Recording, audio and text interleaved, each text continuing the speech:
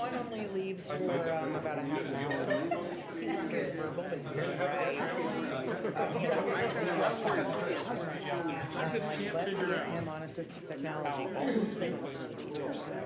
Well, that's because, And the other one's pretty. because we had a judicial. Is that what the issue was? That just, that makes sense. That makes sense. I could see that the kid couldn't sell it. I mean, they gave it obviously sold it to the church, but.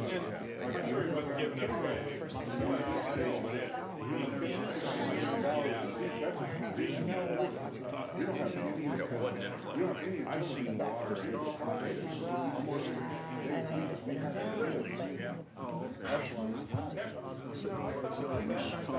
This is the rule right So once you knew the schedule was always going like this is all. So last week we were on one of those matches. I miss the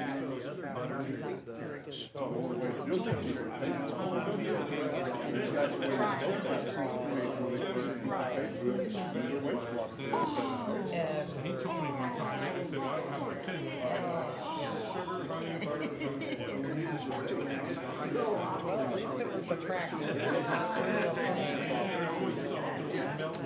Some of them can get a tax rate, but that's not. I mean, I'm not going to say he was there every time. I go for seconds. I used to go more time, my place, but in golf. That's not nothing to do with anybody. All right, just bear with me if I butcher this. I know, I can tell. College friends, my grandson, this is because you guys. I said, well, just get us all set up. The scaffolding is all there. I leave early because I said, well, you know, it's kind of nice. I agree. Because we get Gavin and it's just I like, think it's a different, You barely made a bag. yeah. Well, I got back about 4:05. Just at Pam's house. Oh, okay. Someone posted. Yeah, but it's on stuff. That's good ones on 24, right? Yeah, yeah. Oh, I always been 55. Yeah, but, yeah, we've done it. You got the two signs I put inside of your driveway. I wanted them up high enough that people wondered why they were out, but low enough that they weren't out. So you didn't have to walk all the way down. I was gonna go behind your garage and I'm like, you know what, I don't know if they're fun. People walk out to put them right here off the road, but I got a couple. Good evening. I'd like to call the December council meeting to order. Would you please stand for the Pledge of Allegiance? I pledge allegiance to the flag of the United States of America and to the republic for which it stands, one nation, under God, indivisible, with liberty and justice for all. Thank you. Madam Clerk, would you please conduct a roll call? Blinker. Here. Nargi. Here. Snyder. Present. Reynolds. President. Weiss. Present. Brown. Here. Williamson. Here. Downing. Here. Aldishmeyer. Here. Quorum present. Our first order of business this evening is a public hearing over ordinance 2023-57. An ordinance for an additional appropriation in the Park and Recreational Operating Fund, Fund number 2040. Mr. Klinker, I move that we recess for that public hearing. Second. all those in favor signify by saying aye. Aye. Opposed? Any public comment this evening over this ordinance? Seeing none, I'll entertain a motion to reconvene. Mr. Snyder? So moved. Mr. Reynolds? Second. All those in favor signify by saying aye. Aye. Opposed? All right, on to the approval of the minutes of the November 6th regular meeting. Ms. Hession-Weiss? I move for the approval of the November 6th regular meeting minutes. Mr. Brown? Second. Any comments or concerns over those notes? All those in favor of the approval of the minutes signify by saying aye. Aye. Opposed? Okay, presentation disposal of claims, There are none. presentation of petitions and communications. There are none. Reports of city offices on file. Fleet Maintenance, monthly October. Renew Department, monthly October. Waterworks Department, monthly October. Those reports are available for public viewing either at the city clerk's office or on the city's website. We begin with ordinances for second reading with ordinance 2023-50. An ordinance amending certain sections within Title 10, Animals, including amending Section 10.0 10.03.050 concerning animal establishments and adding new section 10.03.060 concerning commercial sales of dogs and cats. Mrs. Williamson. I move we hear and approve ordinance 2023-50 on final reading. Second? Thank you. Mrs. Chosnick? Yes. We are here today on second reading of a ordinance that the county and West Lafayette have also passed substantially similar ones that would ban the retail sale of dogs and cats within the city of Lafayette.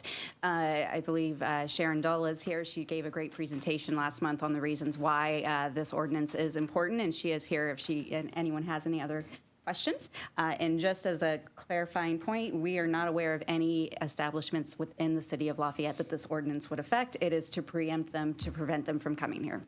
Thank you. Comments or questions from council? Members of the audience wish to comment on this ordinance? Good evening, Tom Murtaugh, County Commissioner. I just want to thank you for your support of the ordinance on first reading. As you likely know, the commissioners, we passed this on second reading at our last meeting, so it is effective already in the county. But I just want to say thank you to Jackie Chosnick, to Sharon Dull, and to Josh Clumpy, and the team from West Lafayette and the county that put this together and put a lot of work into it. So again, thank you for your support. Thank you, Mr. Murtaugh. Any other public comment? All right, Madam Clerk, would you please conduct a roll call vote? Blinker. Aye. Nargi. Aye. Snyder. Aye. Reynolds. Aye. Weiss. Aye. Brown. Williamson. Aye. Downing. Aye. Ordinance passes 8-0. Thank you. Next is ordinance 2023-54. An ordinance adopting an investment policy for the city of Lafayette, Indiana. Mr. Klinker? I move we hear ordinance 2023-54 on final reading. Mrs. Nargi? Thank you. Good evening, Jeremy Deal, City Controller. Madam President, members of council, this ordinance entails adoption of an investment policy that encourages pursuit of competitive returns on the city's financial resources. The policy designates the city controller as the authorized investment officer. It requires conformance with state statute regarding investment activities, provides a general outline of permitted investments, sets a standard of prudence and ethics to be observed by the investment officer, and it expires in 1 year, so we do this every year. I respectfully request your approval of the proposed policy. Thank you, Mr. Deal. Comments or questions from council? Buy low, sell high, right? Right on. You haven't booked any flights out of the country, have you? No, I think that would entail a conflict with the ethics portion of the policy. Probably. Thank you, Mr. Deal. Thank you much. Thank you, Jeremy. Comments from the audience over this ordinance? Madam Clerk, would you please conduct a roll call vote? Blinker. Aye. Nargi. Aye. Snyder. Aye. Reynolds. Aye. Weiss. Aye. Brown. Aye. Williamson. Aye. Downing. Aye. Ordinance passes 8-0. Thank you. Next is ordinance 2023-55. An amendment to ordinance number 2010-11, inclusion of certain property in the local parent Cason Historic District in the city of Lafayette, Indiana. Mr. Snyder? Madam President, I move we hear ordinance 2023-55. Mr. Reynolds? I second. Thank you. Mr. Collier? Good evening, John Collier from Economic Development. Again, we have two ordinances tonight to expand two existing local historic districts to include new properties. Both were voluntarily submitted by the petitioners, the property owners. This first is to expand the local parent Cason Street to include 1507 Ferry Street. You have the map and the images before you. The Historic Preservation Commission reviewed and recommended approval at its October meeting, and they would respectfully appreciate your support. Thank you. Comments or questions from council? Members of the audience wish to comment on this ordinance? Thank you. Madam Clerk, would you please conduct a roll call vote on ordinance 2023-55? Blinker. Aye. Nargi. Aye. Snyder. Aye. Reynolds. Aye. Weiss. Aye. Brown. Aye. Williamson. Aye. Downing. Aye. Ordinance passes 8-0. Okay, next we have ordinance 2023-56. An amendment to ordinance 2010-11, inclusion of certain property in the local South 3rd Street Historic District in the city of Lafayette, Indiana. Ms. Hession-Weiss? I move for consideration of ordinance 2023-56 on second and final reading. Mr. Brown? Second. Okay, yours. and this is for 505 South 3rd Street, a Greek revival structure that was originally built in 1844 as a church.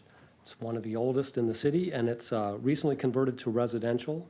And again, the commission reviewed and recommended approval at its October meeting and would request your support for this as well. Thank you, Mr. Collier. Council have any questions or comments on this ordinance? They did a very nice job on that. Yeah, they had an open house, it's very neat. Yeah. And it doesn't make a difference as far as the use? As long as the building's protected and preserved now. Okay. Thank you, sir. Sure. Comments from the audience over this ordinance? Madam Clerk, would you please conduct a roll call vote? Blinker. Aye. Nargi. Aye. Snyder. Aye. Reynolds. Aye. Weiss. Aye. Brown. Aye. Williamson. Aye. Downing. Aye. Ordinance passes 8-0. Thank you, Mr. Thank Collier. you. Next is ordinance 2023-57. An ordinance for an additional appropriation in the Park and Recreation Operating Fund, number 2040. Mrs. Williamson. I move we hear and approve ordinance 2023 on -57 on final reading. Mr. Downing? All right, Mr. Deal. Hello, once again, Jeremy Deal, City Controller. This request entails permission, or request permission to spend an additional $50,000 in fiscal year 2023. The department incurred greater than expected charges and needs to augment the budget of 3 separate expenditure accounts within the park operating fund. So the park admin insurance line needs to be increased by $10,000 due to higher renewal rates that were realized in May of this year. The park aquatics temporary wage line needs to be increased $35,000 due to higher wages necessarily paid to procure and maintain or retain lifeguards throughout the season. The park zoo animal feed account needs to be increased by $5,000 due to expensive appetites. The 2023 budgets were hit with unforeseen inflationary impacts, and after examination, these budget deficiencies will not be able to be remedied with transfers within the existing budget of the fund. So I respectfully request an additional appropriation of $50,000 be approved. The park operating fund has a current projected year-end cash balance of $960,000, so this is easily fundable. Thank you, Mr. Deal. Comments or questions from council? Comments from the audience over ordinance 2023-57. Madam Clerk, would you please conduct a roll call vote? Blinker. Aye. Nargi. Aye. Snyder. Aye. Reynolds. Aye. Weiss. Aye. Brown. Aye. Williamson. Aye. Downing. Aye. Ordinance passes 8-0. Thank you. Moving on to ordinances for first reading this evening, we begin with ordinance 2023-53. An amended ordinance to amend the zoning ordinance of Tippecanoe County, Indiana to rezone certain real estate from R1 to I3 Crossroad Engineers, PC. Mr. Klinker. Move we hear ordinance 2023-53 on first reading. Mrs. Nardi. Second. Thank you. Mr. Riley? Thank you. Kevin Riley with RTS Law, representing the petitioner tonight. We are here on a request to rezone approximately 15.81 acres, 818 acres, excuse me, at the intersection of South 100 West and 275 from R1 to I3. When this was originally filed, the request covered approximately 30 acres. We have since reduced that to the 15-plus acres. With the petition, we filed a commitment that restricts the use of this site to a ready-mix plant. With that commitment, we also included an agreement to install 30-foot berms on the north, west, and south property lines of the property. Purpose of those is to help block the view or help provide some cover for the neighbors. I want to note that IMI has 33 plants in residential areas in Indiana, so this proposed location is not unique, at least in IMI's experience. Under the circumstances, we don't think that the current zoning of R1 is the highest and best use of this site. There are no public utilities to the site, so no water, no sewer. As a result, we don't think that it's likely at all that this property will be developed for residential purposes. Frankly, with the how publicized it is of the shortage of housing, if that site was developable by builders, it would have been developed into homes by now. And instead, it sat vacant as farm ground for years. And if not rezoned, we think the property will continue to be underdeveloped and underutilized. So we think that the rezone to I3 is the best option for the development of this site. IMI agrees to abide by the I-3 development standards. We've not requested any variances, no intention of doing so, so we plan to comply with those development standards. The intent, IMI's intent obviously, is to be a good neighbor.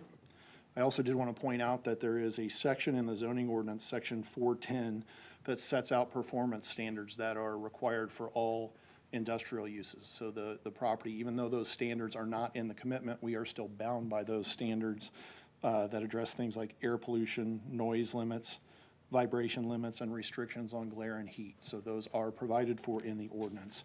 And all of those standards are intended to protect neighboring properties. I'm sure you've heard, maybe through email or through media, Facebook, that there are some concerns from neighbors. One of the specific concerns was that this is in a 5-mile danger zone of some sort. I don't agree with that conclusion, and I would also note that there is already an IMI plant within 5 miles of this site and the homes in that area. So that's on Ehlers Drive in West Lafayette. So there is already an IMI plant in that area. We have sent out, prior to the last meeting, we sent out approximately, over 100 letters to property owners to let them know what we were doing, give them specifics. We've met with neighboring property owners twice in an attempt to answer questions, address concerns. We feel like we've done everything we can to address the concerns or questions of the neighbors. So we think that this is an appropriate rezone. I want to go ahead and introduce Miranda Herbert, who is the construction project manager for IMI, and she can provide you some more details regarding traffic and other things that have been raised as concerns. So go ahead and have Miranda. Thanks, Kevin. Thank you. Hi, everyone. Thanks for having us tonight. I know some of you have been involved in these conversations throughout the last month or so. So just to give some updates and moving forward to understand better how our facility will produce and what will be happening on site, I'd like to introduce a presentation. We can go ahead and go forward. So much like Kevin said, this is the 15 acres that we will sit on. Typically, we need 10 to 15 acres to produce safely and to operate. So we've reduced from 30 down to 15 acres for this rezone. So one of the concerns that a lot of the neighbors had was the traffic on South 100 West. So we have committed to all traffic entering and exit only on West 275 South onto 231. So to understand traffic a little bit more, during higher production areas or times, we'll run about 500 cubic yards a day. Now that's high production. So typically we will see this plant run 200 to 300 yards on the average. So for every 100 cubic yards of concrete, there are approximately 10 mixer trucks, 1 tanker of cement, and then 8 to 10 aggregate trucks. So this picture that you see right here is the plant itself. So you'll see 2 cement silos or material silos, and then you'll see filled bins or aggregate or sand storage bins. This will all be enclosed, which Kevin, you can go to the next slide.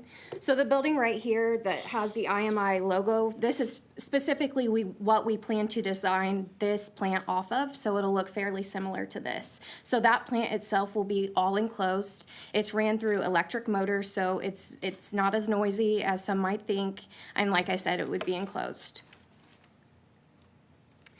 To get a better feel, so you'll see conveyors. So what happens is dump trucks come up onto a ramp and they back up and they dump material into filled bins, and then that takes the material and is conveyed into the plant. So really all material is stored within those filled bins, but there is some obviously aggregate and sand being conveyed up into the plant. And this is just another picture of those filled bins.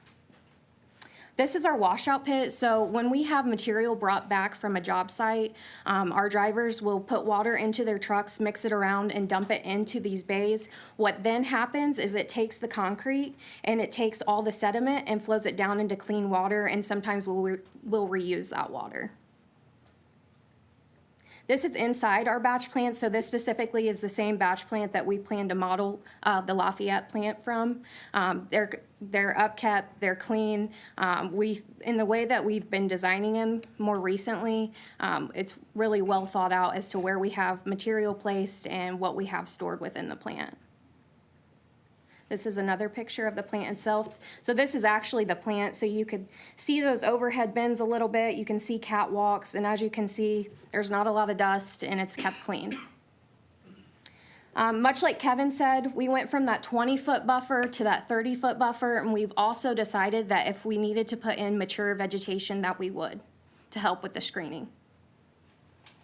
Another concern from the neighbors, I think, in discussion was dust control. In a lot of our new builds, we have decided to pave most of our sites where there's heavy traffic.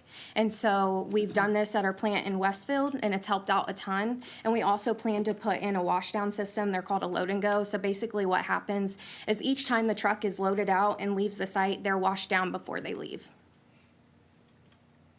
Some other improvement initiatives. So with dust still being a concern, this is a new plant. It's not a plant that we're acquiring. It's not an old plant that we're putting together. It is a new plant with a new dust collector. So at the load point, when the trucks are loading out, any fugitive dust will be captured by that dust collector. All cementitious materials will be in silos, so there shouldn't be any dust from that. All of our plants are required, much like Kevin said, to follow local and state regulations as far as air permits goes. We plan to install directional lighting, which helps if we have early morning pours or night pours. And then the majority of the noise produced from the plant, like I said, would be enclosed as we use electric motors. Water usage was the last concern that most folks had. So on average, for every cubic yard of concrete, you're using 30 to 40 gallons of water. So we have committed to test the site. So we would like to do exploratory drilling to understand what we would use, and then go to run a 72-hour test, and then go to the neighbors and understand how that impacts their well, and then have next discussion. We don't see issues, and we haven't in the past, especially being next to residential sites. But one thing we have committed to is putting in a water holding tank. So basically what that does is it lessens the use of that well, and we can bring in water through water trucks.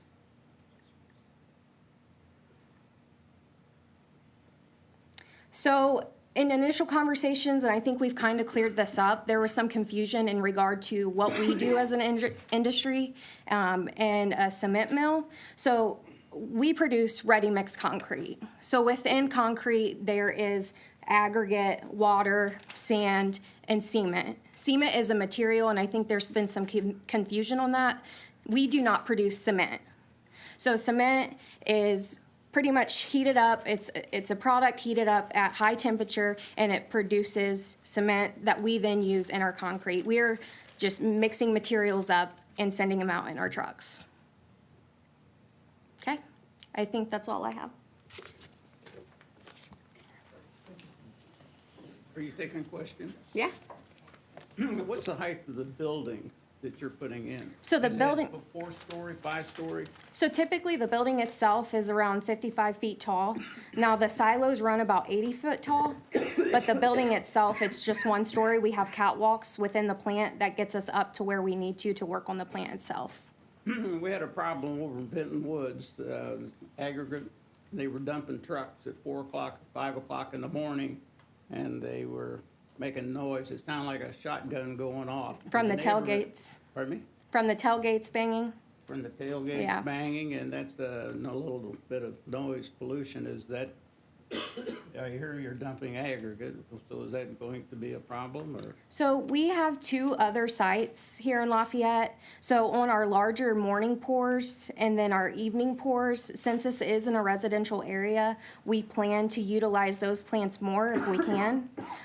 We also have our plant manager and then our operations manager are those folks who will voice to our vendors who are bringing in aggregate to not bang their tailgate, but we would like to, moving forward, with the 2 plants that we already have in higher production, early morning pours or late evening pours, we plan to utilize those other 2 plants as much as we can. So if the neighbors were having a problem with this, you would be considerate of changing the time? Yeah, we would consider operating out of a different plant. Any other questions from council? I had a quick question. So the dust mitigation obviously is a huge issue with a lot of people. So this plant is state-of-the-art, up to date, and accounts for dust mitigation and/or issues with that, I assume, yes? Right, it's a brand-new plant, and since we follow air permit regulations, we have an environmental manager that goes through and tests for air quality. Very good. Thank you. One other question, there's an I go down to, by Linden or Romney, there's a plant. Okay. It's just sitting there. And it looks kind of bad. So we do have plans moving forward with the Linden plant to take that down. I don't foresee us leaving In this my site. lifetime or yours? Hopefully yours, yeah. That quick, huh? Yeah. Thank you. Any other questions from council? None. Thank you. Thank you. Any public comment over this ordinance? Go ahead. Perry Barbie, 3700 Redbud Avenue. I just have one particular question. Is there going to be jobs, created new jobs? So potentially, Calvin Kinger with Urban Materials, I'm the president of our Indiana division. Right now, what we plan on doing is, if we get permission to move this plant, we would idle or remove our West Lafayette plant on Ayler's Drive. And the reason for that is Purdue down the road will need that land. That's one slice of land that they don't currently own for other purposes. So currently, we will take those existing people and move them there, but that's not to say that we wouldn't hire people or they went somewhere else. So there could potentially be opportunities for new employees. So hopefully, maybe. Then. Hopefully, yes. Okay, that's all I have right now.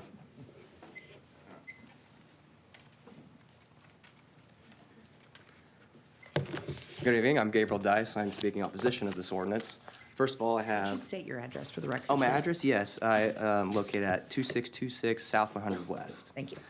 First of all, I have all paperwork petition of everyone else signatures against this and health effects for the population living near a cement plant. And I hand it to you. I can pass it around. Thank you. That'll take up your 3 minutes. Yeah, so to get started, not only do I own this home, but I have used this home in pursuit of my American dream to establish my own LLC of my property management.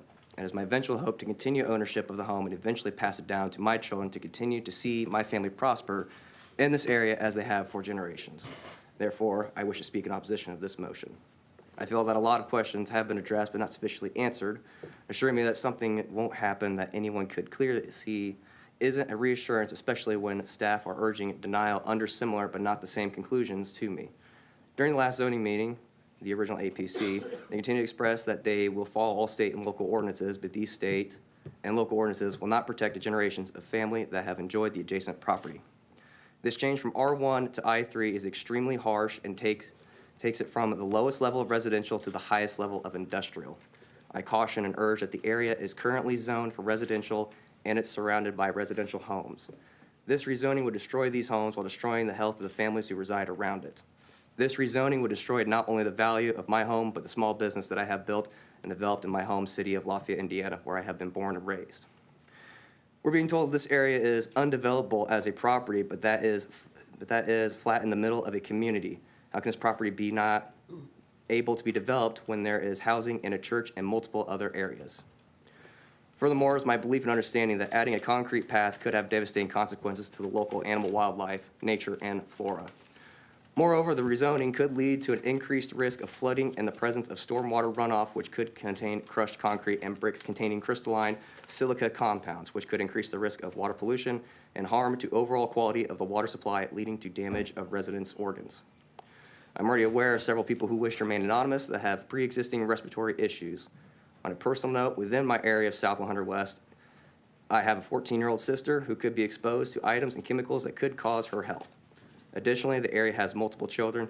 They've addressed our concerns by telling us that it's coming and that we can get used to it, not by actually addressing how close this physically is to our homes. This zone will be surrounded by the neighbors of South 100 West, Smith Drive, right next door to the Church of Life, and the Highway of 231. On the other side of 231 are several other residential dwellings less than 1 mile from the zone in question. It is our belief that existing zoning provides for for enough development and further commercial activity could threaten the character of the neighborhood. It would also lead to additional traffic and crime during a safe and isolated neighborhood where homeowners have purchased property with increased hazards to mental and physical safety. Is that my time? That's your time, but you All can right. make a final closing statement. Huh? You can make a final closing statement. Thank you. I and many others who signed the petitions find that rezoning this area is highly immoral and unethical due to the health concerns involved and should not be recommended. Therefore, this facility may bring short-term gain in the terms of jobs. It should not be at the expense of the homeowners who reside there and the health of their loved ones. Thank you. Other public comment this evening?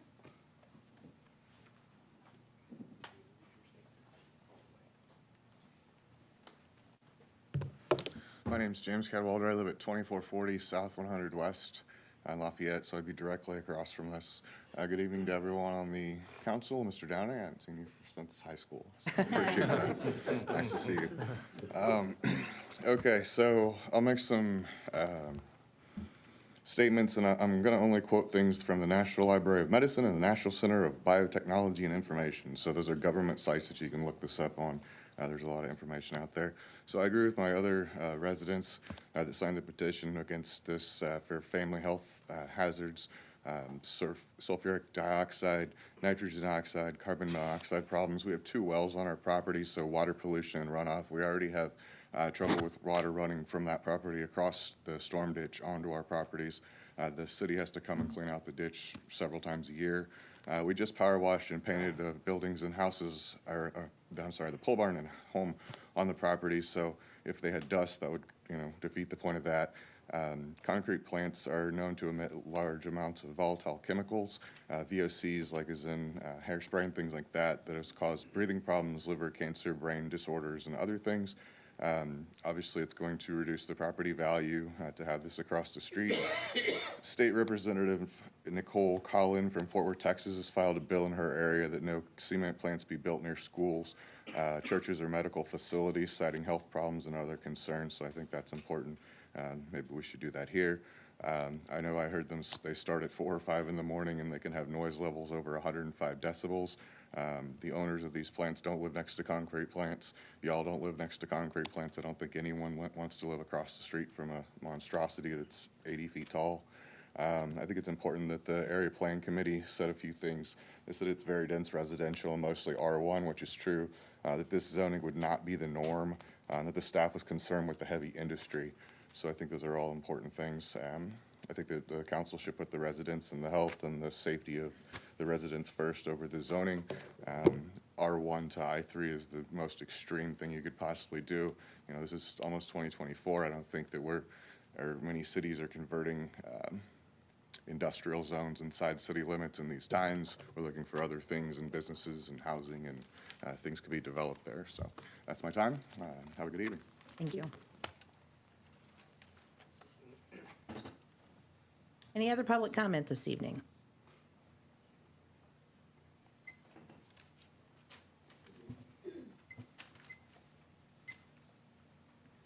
My name is Ben Winger. I'm 2530 South 100 West. Just to add briefly onto the noise pollution and the traffic issues is a main concern. What they did not mention is even if the traffic is restricted to 275 exclusively, that area is not easy to get out of.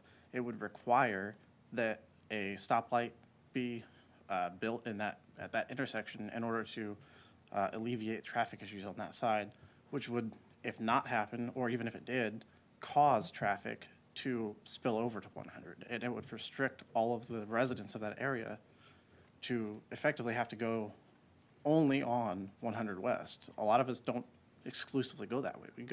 We take 275 to get out of our home and go to our jobs or our families or whatever, and having to go around because of this increased traffic would just be obnoxious on top of everything else.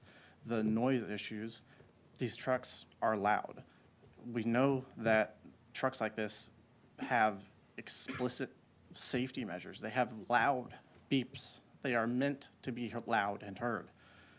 If they are operating early in the morning or late into the evening, those beeps can be disruptive to people's sleep schedules or who knows what else in terms of just sheer annoyance. On top of that, that's only taking into account people who work your typical 9 to 5. We have probably people on this road who work the off shifts. If you work second, third shift, you're going to have different sleeping schedules. And those loud beeps, they might not disrupt the people who are working normal hours, but they will disrupt those other people. And that's not convenient, I think, for a lot of people. That's all I have to add. Thank you. Any additional public comment this evening? Did you want to add some clarification? I think Mr. Riley might want to Okay. make some additional comments. Thank you. I just wanted to, again, Kevin Riley with RTS Law, just wanted to address a couple of the comments that were made. With regard to traffic, I mean, we offered to help with the traffic by saying we'll go only on to 275. That was a concession made to the neighbors. And now they're saying, well, that's going to cause problems on 275. And we voluntarily agreed not to travel on 100.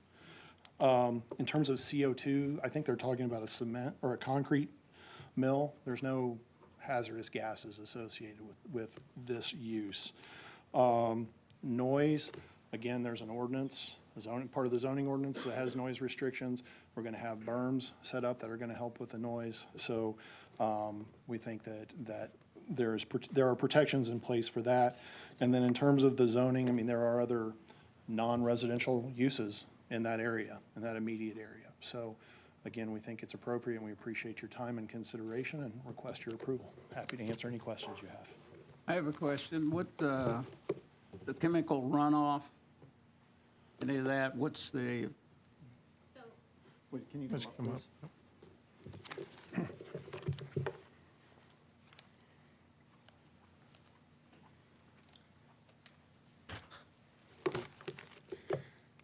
So in regard to stormwater management, we have to follow best practices. We come in, our environmental manager, our plant managers, our operations managers, test our water runoff. We also have to follow any site development plans. In regard to chemicals, we don't typically use chemicals that are hazardous. And any chemicals that we do introduce into our ready mixed concrete is contained appropriately with knee walls and containment containers.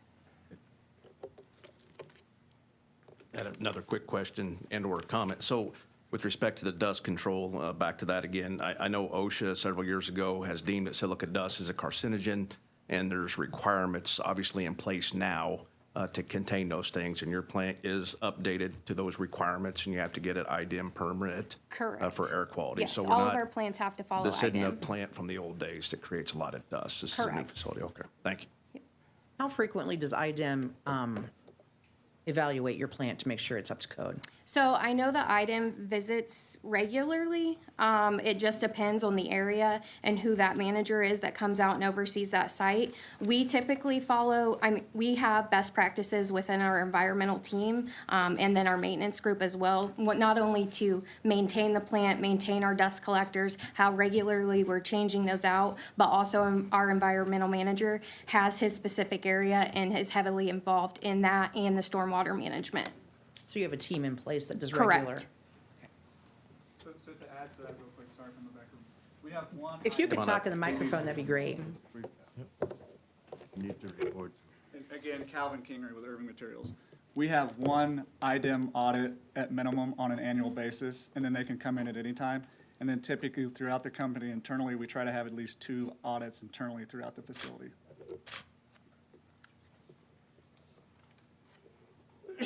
And I just want to make one other comment. There is currently a traffic light on 100 West and 25 South for egress in and out for the neighborhood, correct? That's right. Thank you. I just wanted to make a comment since this is in my district. The mayor and I met with neighbors originally, and I requested that the petitioners do come to give an explanation of their project. A hearty and healthy discussion ensued at that meeting, as well as the second meeting that we had. While that was very informative, Councilman Reynolds and I did further research on other possible impacts of the project on the neighborhood. We tried to look at everything that we could in the ways of problems. He was extremely helpful, and I want to thank him for all the time he spent with me discussing concerns. And so thank you, Councilman Reynolds. I want to assure the petitioner that the neighbors that I did not approach this situation on a whimsical or lighthearted manner. Difficult situations arise before us, and we must study those from all views. And as our oaths of office said tonight, do our due diligence that is before us, and we must study those views and ensure that the best needs of the businesses and the residential community are met. Having said that, someone is always disappointed in our votes, and that is unfortunate. I want to thank IMI for their willingness to work with the neighbors to help alleviate any of their concerns. I also want to thank all of the neighbors for taking time to meet with Councilman Reynolds, Councilman Nargi, the mayor, and myself at the various meetings and expressing their views and concerns.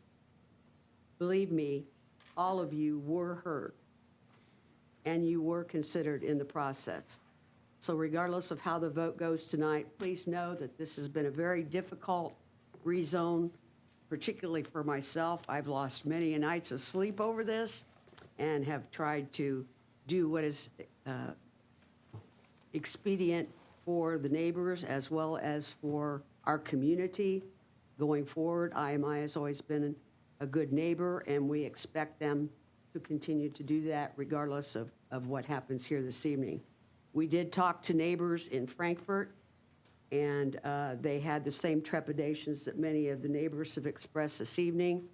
And so we wanted to know what was their experience after the plant went in. And I'll let Councilman Reynolds comment on that. Well, I would like to clear one thing up too, is I live within a mile of a cement plant and off Veterans Memorial. And also at that site was a hog farm. And believe me, that cement farm, or that cement plant is nothing compared to that hog farm. Because that smell is 24/7. And we couldn't sit outside, and it was a long, but as far as dust, I've checked with the neighbors around that plant. They have, and it's an older plant, they have not a lot of concern. And we have several hundred people that live around that plant. And again, with Eileen and the neighbors, we've tried to keep this, we watched the scales, and every time it tipped one way or another, we would go to IMI or we'd go to the neighbors. We'd get all our questions answered. And like I said, I don't think you want a hog farm on that property. And I feel like they would be good neighbors, and I feel like they've come a long ways, and I support what they've done. Thank you. Thank you. Any other questions or comments from council?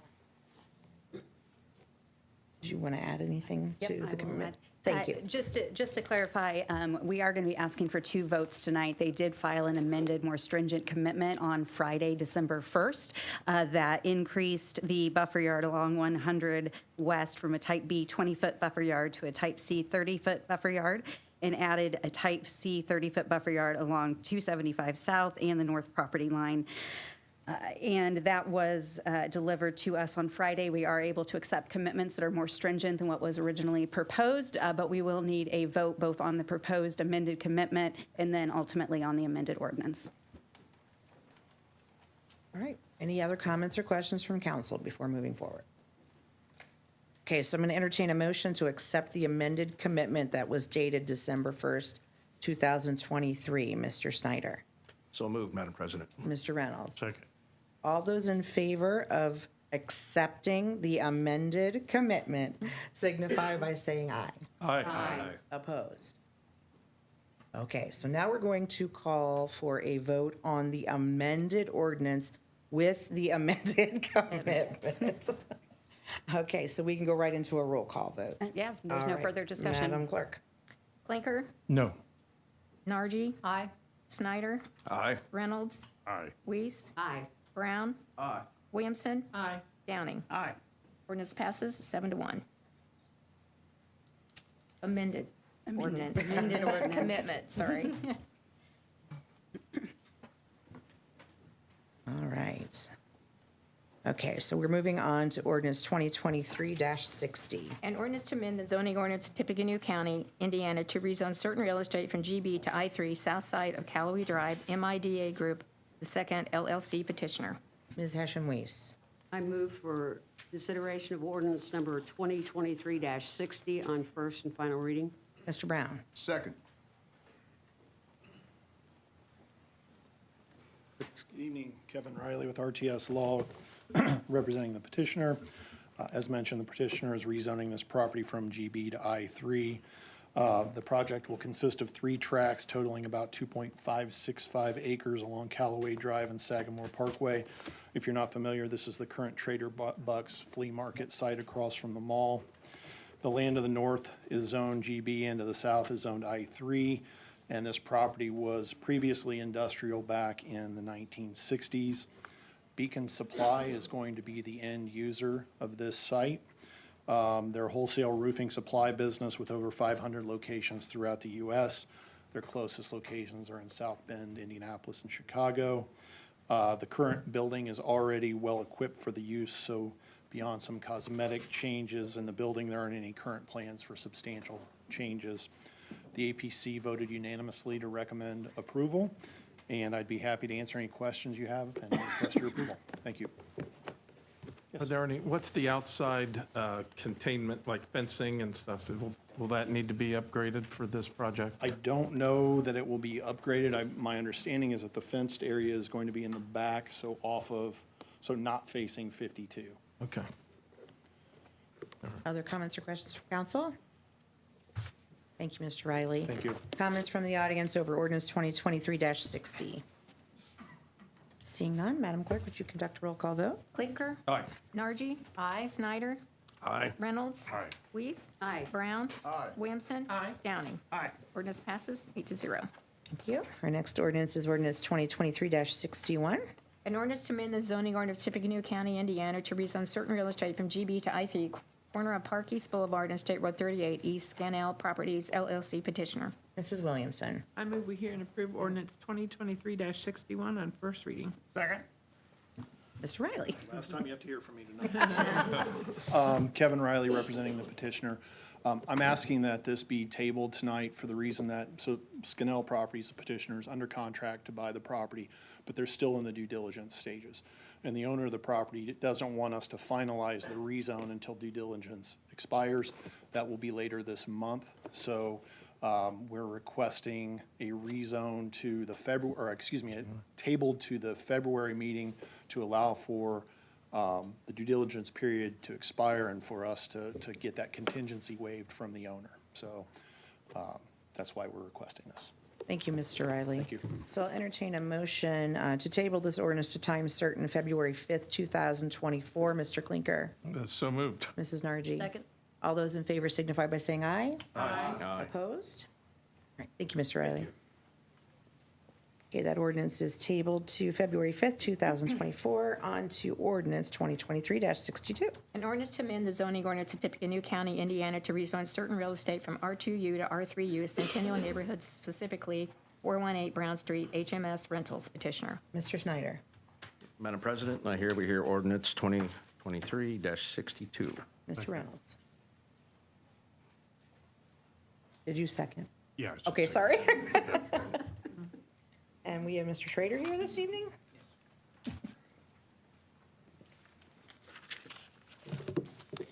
Thank you. Good evening. My name is John Schrader with Ball Eggleston, and I am here on behalf of the petitioner HMS Rentals.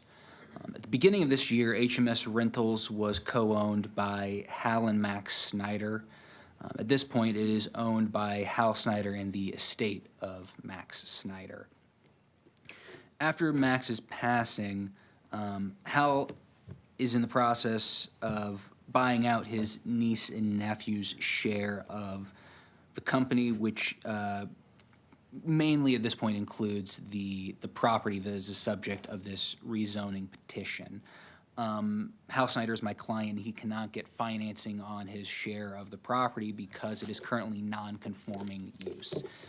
The purpose of this rezone is to bring the property back into conformance.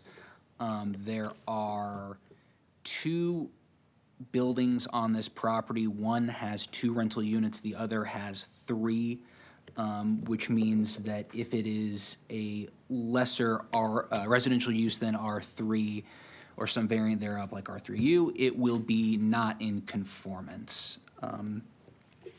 My client has owned this property for 30 years. He has kept the buildings in their current state in that time. He has no plans to tear them down and build denser apartment units on this property.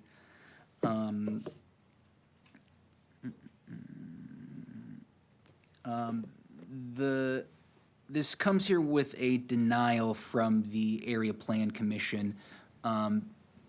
Based on what happened in the meeting, it was in part because this petition is against the Centennial Neighborhood Plan. While I can see that that is the case, this lot itself is a good signifier of some of the flaws and shortcomings of the Centennial Neighborhood Plan. It is a single lot with 2 primary structures on it. This lot itself is a clear indication that the Centennial Neighborhood Plan, 30 years on, had some blind spots that need to be cleared up. The other one is the zoning of this that needs to be cleaned up by bringing it into conformance. One other issue that came up at the APC meeting that I would like to get ahead of before public comment might mention it. There were some trees on the property that were quite old but infested with a parasitic bug and were a hazard to the property. My client cut them down. Beyond that, I have no other statements to make on behalf of my petition. If there's any questions, I can answer them now. Thank you. Actually, Mr. Schrader, can you clarify, you didn't mention it, the commitment that you had filed that I indicated I did not believe was a permissible commitment, is that still, you didn't address that tonight? Have you withdrawn that proposed commitment? Yeah, if it's not permissible, then my understanding is I thought I would have to withdraw it. Okay, I just wanted to make sure we were on the same page then. Yes, So your commitment, the commitment you filed has been withdrawn? If as written, it can't be enforced. So there's no commitment with There, this? yes, if it's not enforceable, then I withdraw it. You're the one, okay. And add to that, I did receive a petition from the neighbors with 26 signatures on it and a letter to the Lafayette City Council. This letter is in regard to the rezoning request by HMS Rentals for the lot located at the northwest corner of North 5th and Brown Street, 418 Brown Street, Fairfield 20, which will come before the City Council on December 4th. Concerned neighbors in the historic Centennial neighborhood were heartened by the 13-2 vote against the rezoning request at the APC meeting on November 15th, 2023. The APC staff recommended denial of the request, and many of the neighbors close to the property signed a petition attached against the zoning request. Dennis Carson also has sent a note to APC that the city of Lafayette was opposed to this rezoning. Currently, there are 2 houses with at least 5 tenants on the property in question, which is zoned R2U. During the Centennial Plan of the late 1900s or 1990s, that property was rezoned R2U and approved by the City Council, and the extra tenants were grandfathered in. So it has long been out of compliance. Again, in 2014, the City Council approved the historic Centennial Plan, which kept this property as low-density residential urban. Rezoning it to R3U would put in place in compliance, but would also allow for increased density on that property, which the undersigned neighbors are opposed to. The 2 houses are not very well maintained and are adjacent to 2 other houses that are even worse condition, which also have excess units grandfathered in. Our concern is that allowing this property to be rezoned would open the door to even more rezoning requests and the possibility of even more density. We urge the City Council to deny this zoning request and keep our neighborhood plan intact. Thank you, Kay Connor. And how many signatures was 20, that? I counted 26. 26 signatures Yes. in opposition. Yes. Comments or questions from council about this ordinance? Okay, members of the audience wish to speak to this ordinance. Yes, please come forward, state your name and address.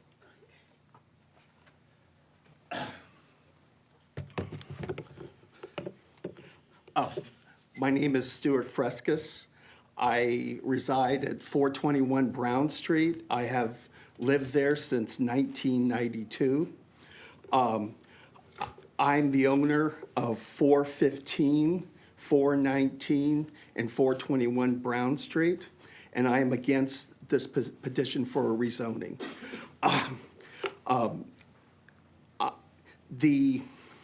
I was asked a while ago by Sean Lutz, who's a Lafayette historic preservation professional and the owner of 425th Street, to put my house in the historic district. And the reason why I put my house in my houses in the historic district, because I understood that my home is in a transition zone.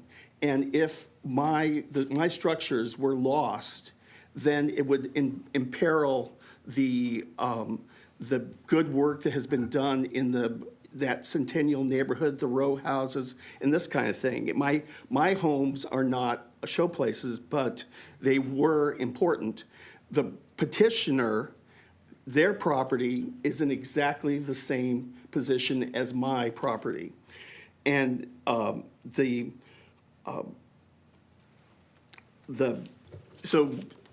the neighborhood stabilization was important to me, and so that's why I put my property into the historic district. My home is the only one who's owner occupied on Lower Brown Street that does not have off-street parking, which wasn't a problem for me or the people that I rented the duplex to, because most of them didn't have cars, and I'm a avid cyclist, so that wasn't a problem. But the thing is, if there's a very large increase in density there, then it will be a problem. The petitioner is asking the council for a tool that is potentially very, it's a very large tool, but the thing is, the petitioner is saying, trust us on this. Well, my time is almost up, so I feel very strongly that the petitioner should not be given the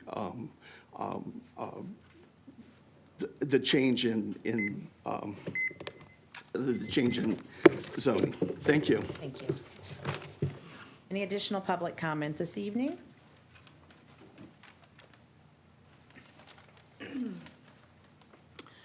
Good evening. My name's Barbara Dixon. I live at 603 North 5th Street, and I'm a member of the Historic Centennial Board, and I was also a member of the committee in 2014 that developed the Centennial Plan. And I just want to briefly say that I think the APC acted appropriately in denying this 13-2, and to say that I hope you will support the neighborhood in our efforts to keep, to improve Centennial neighborhood and to keep the density low, and that this rezoning is dangerous to the work that we have done up to date. So thank you. Thank you. Any additional public comment over ordinance 2023-62?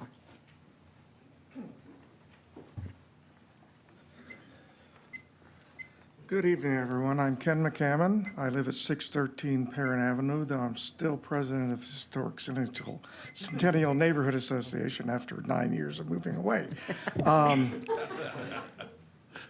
I feel for the petitioner. I understand the situation they're in, but he made the comment about the trees. I'm a horticulturist. I looked at what was cut down. I saw no signs of any damage or serious damage.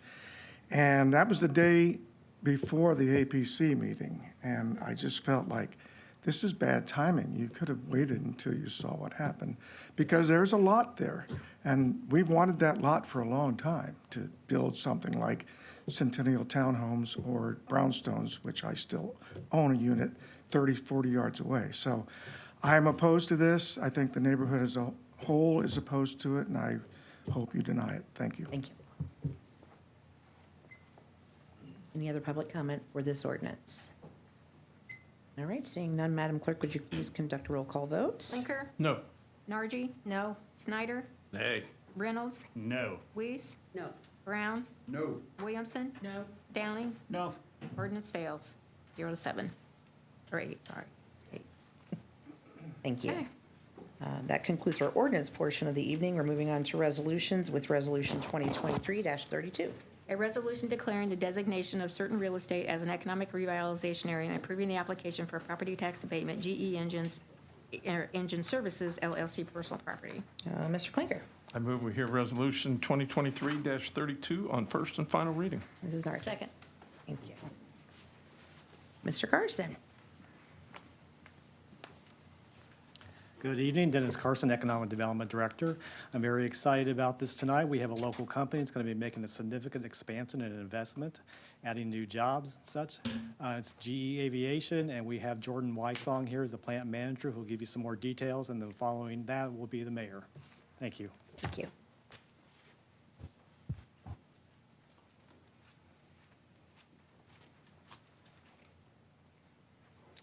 Okay, good evening, Madam Clerk and members of City Council. My name is Jordan Wysong, and I'm the site leader for GE Aerospace here in Lafayette. I've had the privilege to call Lafayette home for the past 8 years. I moved here as part of the site expansion and just never had a reason to leave. Love the community and really happy to be here and continue to invest.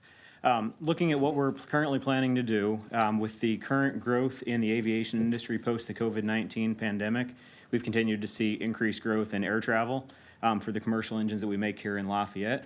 So our planned expansion is a $24 million investment in our existing footprint, and the result would be a minimum of 41 additional jobs beyond what we currently have in our shop at a starting wage of $36 an hour. Be happy to take any questions that the group has. Comments or questions from council?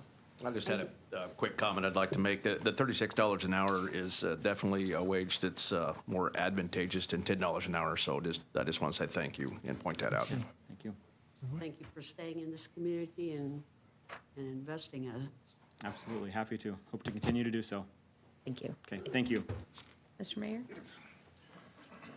Madam President, ladies and gentlemen of the council, this is a big deal for us. As you know, several years ago, we were part of the most intense competition I ever remember us going through to win the GE plant being built here in our community, and many of us were directly involved with that over a significant period of time, and they have proved to be a tremendous community partner. As Councilman Snyder said, it's good wages.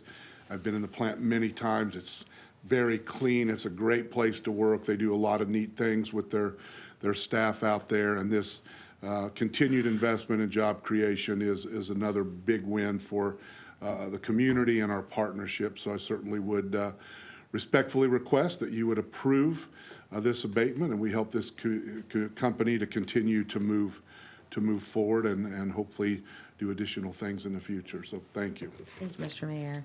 Comments from the audience over Resolution 2023-32? Seeing none, Madam Clerk, would you please conduct a roll call vote? Clinker? Aye. Nargi? Aye. Snyder? Aye. Reynolds? Aye. Weiss? Aye. Brown? Aye. Williamson? Aye. Downing? Aye. Resolution passes 8-0. I'll entertain a motion to set a public hearing for this ordinance for January 8th, 2024. We have any others at 6:01? PM, Mr. Snyder. So moved. Mr. Reynolds. Second. All those in favor signify by saying aye. Aye. Opposed? Thank you. Moving on to Resolution 2023-33. A resolution to transfer money from the general fund to the rainy day fund. Ms. Hession-Weiss. I move for consideration of ordinance, a resolution 2023-33 on first and final reading. Mr. Brown? Second. Mr. Deal? So once again, Jeremy Deal, City Controller. Madam President, members of council, this resolution would allow the city to transfer $1 million to the rainy day fund. It's the mayor's goal to have a financial safety net established that can be tapped in extremely challenging times. The city and the mayor, the controller's office all take pride in the steps that have been taken over the past 2 decades to establish some financial reserves. I think when our mayor came to office, that pot was virtually empty. As of $11,000. So that $11,000 still exists in the rainy day fund along with another $7 million. And this transfer would take the total to $8,011,334, which equates to about 9.5% of the council approved 2024 budget. I think our goal is to, steadily add to that until we at least get to around the 15% mark. That's kind of a goal we have. The city's currently experiencing record interest earnings this year with elevated rates, cash reserves, but those reserves are largely attributed to ongoing projects. We have some bond proceeds that are contributing toward that. We have lower than desired staffing levels, which also contribute to excess cash, and delayed capital purchases that can be attributed to COVID and its after effects with the supply chain. Those circumstances we expect to subside, though, in the near future. So we won't always have such surplus, but we have it now, and I respectfully ask permission to set aside a little bit of that in the rainy day fund. Thank you, Mr. Precisely $1 million. Comments or questions from council? Thank you. Thank you. Comments from the audience over Resolution 2023-33? Seeing none, Madam Clerk, would you please conduct a roll call vote? Blinker. Aye. Nargi. Aye. Snyder. Aye. Reynolds. Aye. Weiss. Aye. Brown. Aye. Williamson. Aye. Downing. Aye. Resolution passes 8-0. Thank you. Reports of standing committees this evening? Special committees? Reports by the mayor. Under miscellaneous new business, Madam Clerk, did you want to talk about those? We have 4 council appointments that the council needs to appoint for. There's 2 for redevelopment, James Foster, Frank Donaldson. They're there for 1-year terms. And for economic development, there's David Baith and Jody Hamilton, and they are for 4-year terms. All those in favor of retention of those appointments signify by saying aye. Aye. Opposed? Okay. Reports of council people? Just like to wish everybody happy holidays and Merry Christmas, and also thank Cindy Murray for her hard work on the parade. Oh, hey. Oh, very nice, City. 3 deep all the way. At least. I can't hear anymore, but it was a great time. I know, we're all deaf from that sheriff's car behind us. Could we request to be in a different position? Yeah, I will work on that. I think I like it. Thank I you. think they did that on purpose to get back at us. We're now coming to the public comment portion of the evening. I'd like to remind you when you approach the microphone to state your name and address for the public record. Keep your remarks limited, or your remarks will be limited to 3 minutes. We ask that all participants maintain a high level of civility, respect, and courtesy for everyone present. The podium is open for public comment.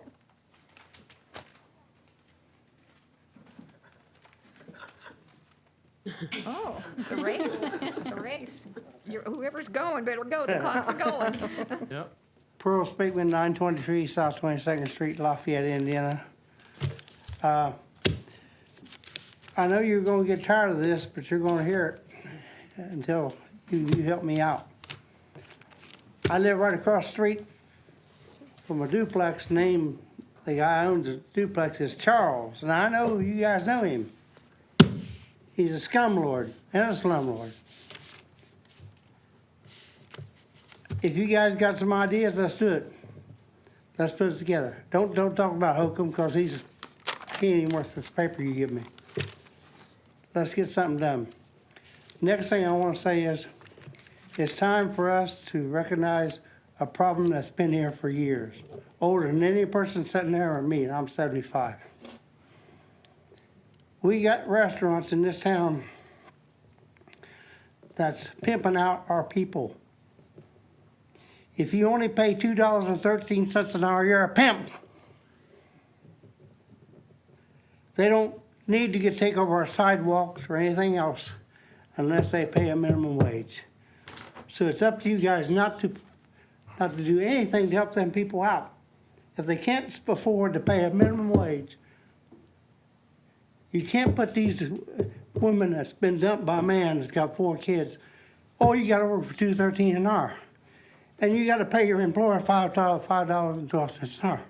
How much do you pay the city to work for you? How much anybody here pay the city to work for? I don't see no hands. I don't see how you can sit there and go along with this. When you don't do it, if it's not good enough for you, then it's not good enough for me. Now, I'm not saying I need the money, but I'm saying these people need, if they want part of my sidewalk, they pay for it. And they pay minimum wage. If they cannot support our surrounding area, they're not doing anything. Yeah, they're creating a job, then they create welfare. That's what they're doing. Look at it, just open that view. Look at that, get like this. And see what these people are doing in Lafayette. Just like out there at Trader Bucks. I'm so glad when he said this, that they're going to try to get that rezoned. We'll get something in there. And I know that road right there, Callaway Drive, has to be reworked, and they're going to have to put some drainage in there. And the mayor probably knows too. Because I remember I worked on Callaway Drive when it wasn't even, it didn't belong to the city.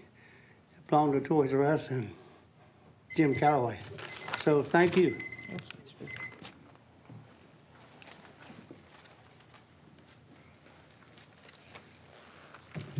Lloyd Wells, 3717 Rawlings Drive. Most of you know that if I have something to complain about, I will. And so I respect that. But what I do want to talk about tonight is the fine job that this body does day in and day out to keep this city at the level that we are. We are blessed to live in a community such as this. And it's because of the fine work that you people have done. It's not time to complain. It's the end of the year. It's time to sit back and count our blessings. And so, just all I want to say. Thank you, Mr. Wells. Thank you. We're not used to that. And I'd like to say thank you to all the city employees who make that really Amen. possible. Perry Barbie, 3700 Roadbud Avenue. When we first came in the chamber today, I want to congratulate everybody for the elected positions they got sworn in today. I'm very proud of everybody, mayor and the clerk. That goes to you too. You guys work hard to keep this city great. I would like to congratulate everybody that does hard work, if they're just the city employees. And I would like to thank everybody that helped in the Christmas Day parade. We have one of the best Christmas Day parade in the world. It's the 3rd largest one in the country. And I'm just so proud and blessed to be part of it every year. And I got a lot of things on my mind today, but I'm not going to do it because it's the Christmas season. And I just want to wish the mayor, the clerk, everybody here, and everybody at home a very Merry Christmas, and I hope to see everybody with healthy next year. God bless you. Thanks, Perry. Thank you, Perry. Any other public comment this evening? Mr. Clinker? Move for adjournment. Mrs. Nargi? Second. All those in favor signify by saying aye. Aye. Opposed? We are adjourned. Happy New Year, everybody. New Year's. Yeah.